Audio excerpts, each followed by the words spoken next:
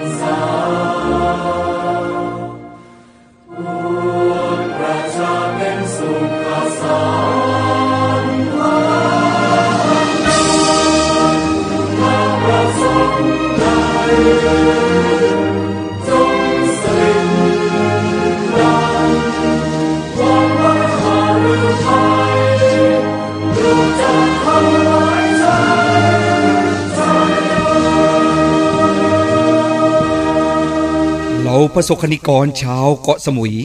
ต่างปราบปลื้มปิติยินดีเมื่อวันที่24เมษายนปีพุทธศักราช2505พระบาทสมเด็จพระเจ้าอยู่หัวพร้อมด้วยสมเด็จพระนางเจ้าสิริกิติ์พระบรมราชินีนาถและสมเด็จพระศรีนครินทราบรมราชชนนีพร้อมด้วยพระราชโอรสและพระราชธิดาได้เสด็จเยี่ยมชาวเกาะสมุยเป็นการส่วนพระองค์นับเป็นนิมิตมงคลยิ่งที่ชาวอำเภอเกาะสมุยได้ร่วมชื่นชมพระบารมี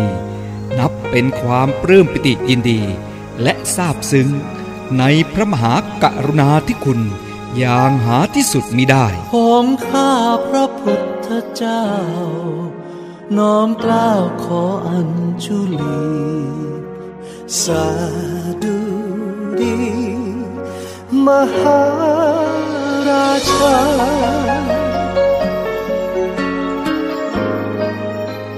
พระบาทสมเด็จพระจุลจอมเกล้าเจ้าอยู่หัวได้ทรงตระหนักถึงความสำคัญของการศึกษาสู่การพัฒนาประเทศให้เจริญก้าวหน้าอย่างยั่งยืนเพราะทรงเห็นว่าประเทศชาติใดไร้ผู้รู้หนังสือประเทศชาตินั้นไม่มีวันได้พบกับความเจริญมหาราคัตติยาโรงเรียนเกาะสมุยก่อตั้งครั้งแรกเมื่อปีพุทธศักราช 2493 โดยได้รับอนุมัติให้เปิดทำการสอนในระดับชั้นม.1 โดยใช้อาคารเรียนนักธรรมศรีทวีปหรือวัดใหม่โดยมีท่านพระครูสุวัฒน์ธรรมคุณเจ้าอาวาสวัดศรีทวีปเป็นผู้อุปการะและมีนายเสงี่ยมคำรักเป็นผู้บริหารคนแรกท่านถือเป็นปรมาจารย์ของคณะครูและลูกศิษย์ท่านเคร่งครัดด้านระเบียบวินัยเป็นเลิศนักเรียนสามารถสอบเข้าเรียนในโรงเรียนเตรียมอุดมและโรงเรียนเตรียมทหารสร้างชื่อเสียงโด่งดังไปทั่วประเทศไทยในปีพุทธศักราช 2511 ได้ย้ายสถานที่ตั้งสถานศึกษามาอยู่ที่บ้านดอนทูบเพื่อรองรับนักเรียนที่มีอัตราเพิ่มขึ้นเป็นลำดับทุกปีในปีพุทธศักราช 2518 ทางโรงเรียนได้เปิดทำการสอนถึงระดับชั้นมัธยมศึกษาปีที่ 5 จากอดีตจวบจนปัจจุบันสถานศึกษาแห่งนี้ยังมีการพัฒนาอย่างต่อเนื่องเพื่ออนาคตและความก้าวหน้าของลูกหลานชาวเกาะสมุยในแต่ละยุคแต่ละสมัยผู้บริหารพร้อมด้วยคณะครูผู้ปกครองศิษย์เก่าและคณะกรรมการสถานศึกษาได้ร่วมแรงร่วมใจในการพัฒนาสถานศึกษาแห่งนี้ทั้งในด้านการศึกษาและการพัฒนาอาคารสถานที่ตลอดระยะเวลา66ปีที่ผ่านมาโรงเรียนเกาะสมุยได้พัฒนาเรื่อยมาเป็นลำดับ มีการสลับสับเปลี่ยนผู้บริหารคณะครูตามยุคตามสมัยในปีพุทธศักราช 2507 นายระงับศรีรุ่งเรืองเป็นผู้บริหารท่านเป็นผู้บุกเบิกสร้างโรงเรียนณสถานที่แห่งนี้มีการสร้างอาคารเรียน1 หลังอาคารฝึกงานอาชีพเพิ่มอีก3 หลังในปีพุทธศักราช 2519 นายอัมพรกลับวิเศษเป็นผู้บริหารโรงเรียนเปิดทำการสอนถึงระดับมัธยมศึกษาตอนปลายและสร้างอาคารเรียนหลังที่ 9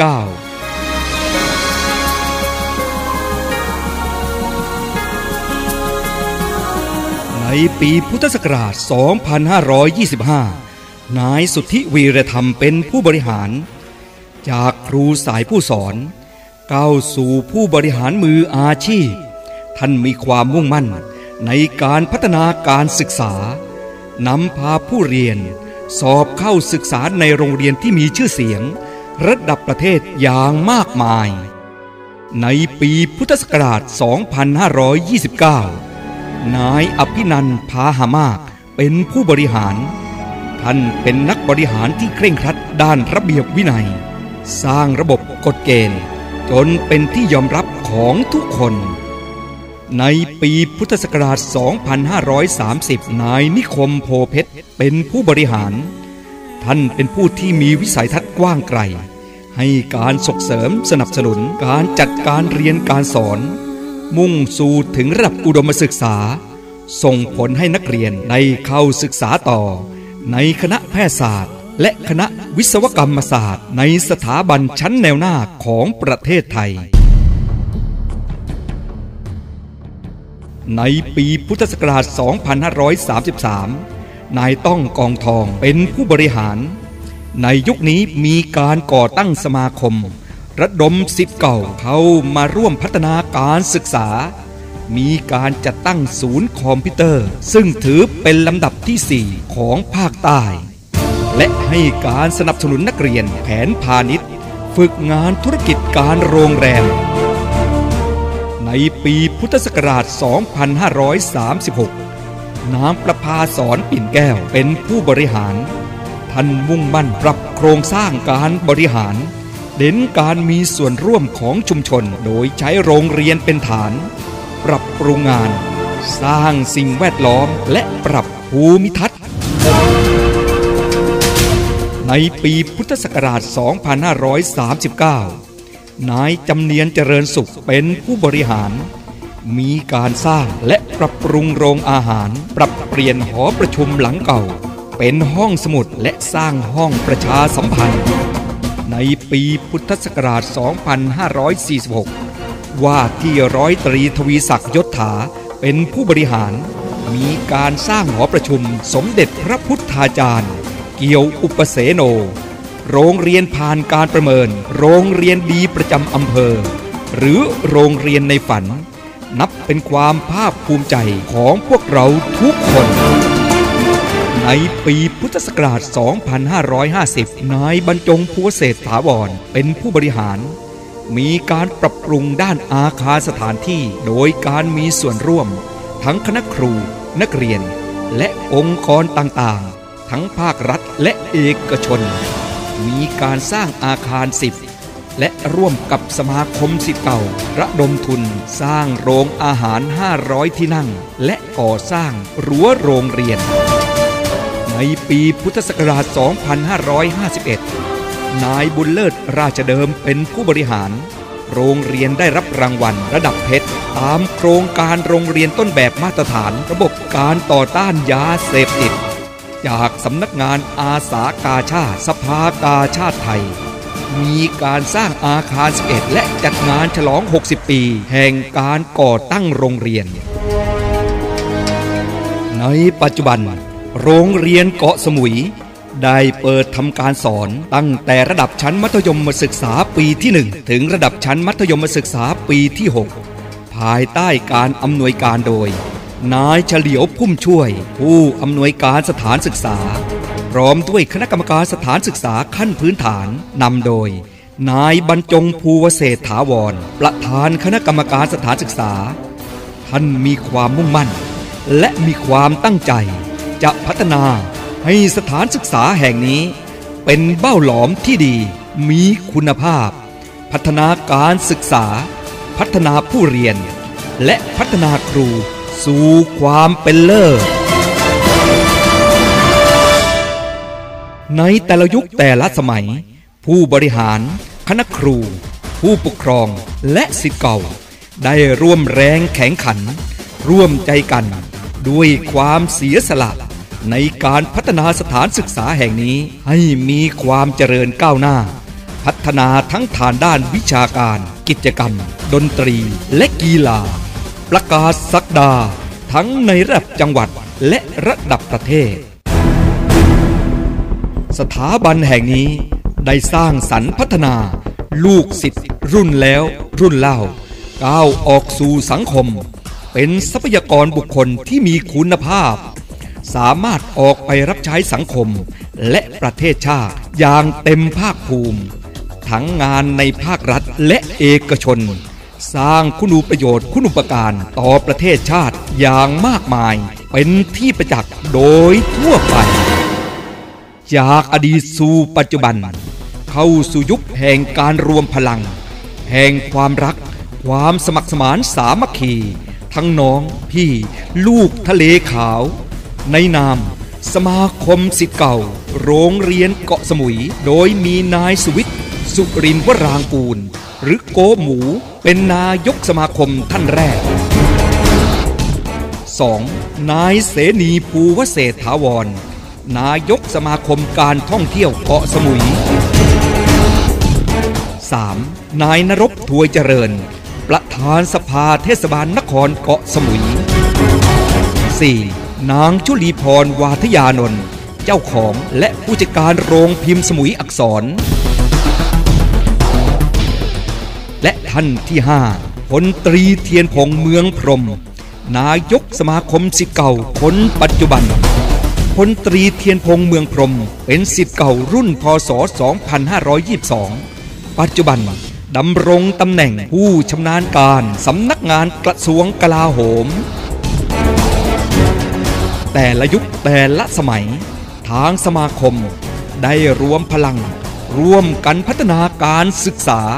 สร้างความแกร่งกล้าสามารถให้กับรุ่นน้องๆอย่างต่อเนื่องในปีพุทธศักราช 2551 ในสมัยนางชุลีพรวาทยานนท์เป็นนายกสมาคมได้ร่วมใจกันจัดงาน 58 ปีทะเลขาวร่วมใจรวมพลังสร้างสรรค์ศิษย์เก่าด้วยการทอดผ้าป่าสามัคคีและมีการรับบริจาคได้เงินจำนวน3,300,000 บาทสร้างอาคารโรงอาหาร500ที่นั่งต่อมาในปี 2553 ศิษย์เก่ารุ่น 12 ปีการศึกษา 2509 นำโดยคุณชัยโยกรับวิเศษเจ้าภาพจัดงานฉลองครบรอบ 60 ปี สร้างอาคาร 60 ปีที่ทุกคนมีส่วนร่วมในการก่อสร้างงบประมาณทุกคนช่วยกันหาในราคา 6 ล้านบาทเศษซึ่งมีคุณสมชายภูลสวัสดิ์ศิษย์เก่ารุ่นที่ 15 ขณะนั้นดำรงตำแหน่งรองปลัดกระทรวงการคลังเป็นกำลังสำคัญจัดมวยมหากุศลศึกรวมพลคนสมุยมอบเงินให้กับทางโรงเรียนเกาะสมุยจำนวน 4,500,000 บาทลงนามการก่อสร้างอาคาร 60 ปีโดยพลตรีเทียนพงษ์เมืองพรหมนายกสมาคมนับเป็นอาคารแห่งความภาคภูมิใจของพวกเราทุกคนในปี 2555 ทางสมาคมศิษย์เก่าได้เข้าร่วมดำเนินพัฒนาห้องแท็บเล็ตเป็นห้องติวเตอร์เพื่อการจัดการเรียนรู้สู่ความเป็นเลิศทางวิชาการในปีพุทธศักราช 2556 ทางสมาคมได้ให้การสนับสนุนในการจัดสอนพิเศษให้กับนักเรียนโดยคณะครูและวิทยากรภายนอกทำให้ผลสำเร็จทางการเรียนสูงขึ้นนักเรียนกลุ่มเป้าหมายสอบเข้าในมหาวิทยาลัยได้ 100%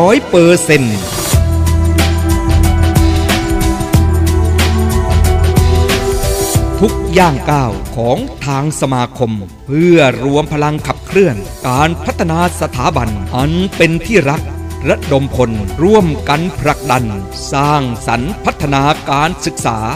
ให้ศิษย์เก่าทุกคนทุกรุ่นได้มีส่วนร่วมในการพัฒนาสถานศึกษาแห่งนี้ให้ก้าวไปสู่ความเป็นหนึ่งทั้งในระดับจังหวัดและระดับประเทศต่อไปในปีพุทธศักราช 2559 ทางสมาคมซึ่งนำโดยท่านพลตรีเทียนพงษ์เมืองพรหมจึงได้พร้อมใจกันจัดงานเพื่อสร้างสรรค์พัฒนาสถานศึกษาให้ก้าวหน้าเกรียงไกรในการจัดงาน 2559 ลูกทะเลขาวคืนถิ่น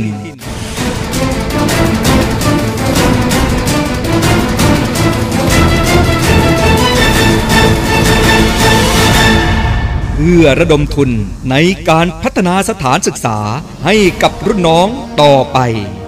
บ้านเกิดโรงเรียนเก่าเราไม่ลืมสุวิชาโนพวังโหติผู้รู้ดีเป็นผู้เจริญ